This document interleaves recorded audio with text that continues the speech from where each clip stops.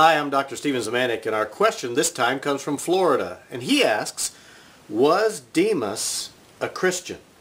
This is a fantastic question, and if you're unfamiliar with why this would be asked, it basically comes down to the issue of once saved, always saved versus losing one's salvation, which is a huge discussion in the Western world today.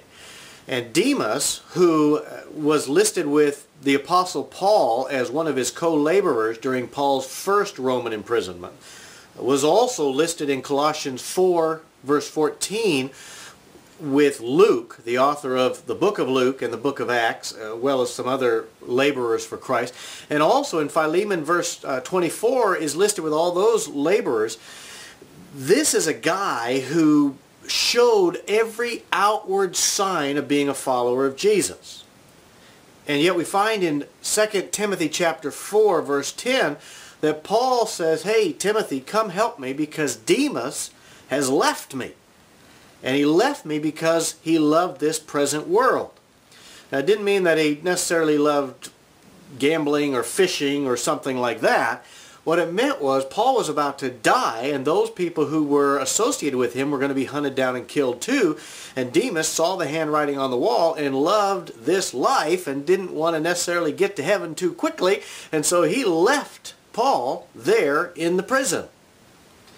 So the question is, can somebody who is saved really turn their back on their ministry, on their fellow brothers and sisters in Christ, and leave for better ground out of fear? Or is a person who does that not really saved at all, just pretending to be saved? And of course the answer to those questions is yes.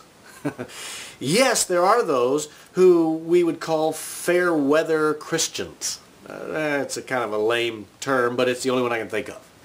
They're folks who enjoy the benefits of salvation.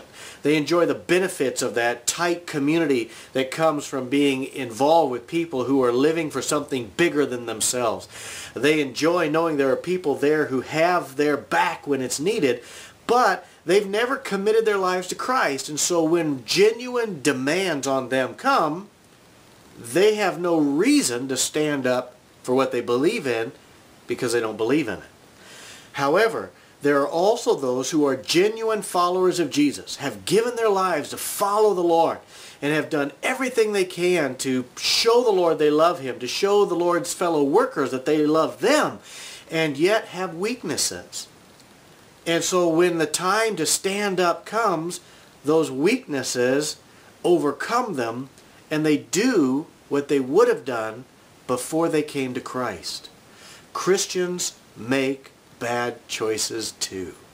So was Demas a false Christian, or was he a real Christian with real failings? I don't know. We'll have to wait till we get to heaven to find out. But what I do know is that we shouldn't take verses like this, 2 Timothy 4:10, and beat each other up over them trying to prove if we're eternally secure or if we can lose our salvation.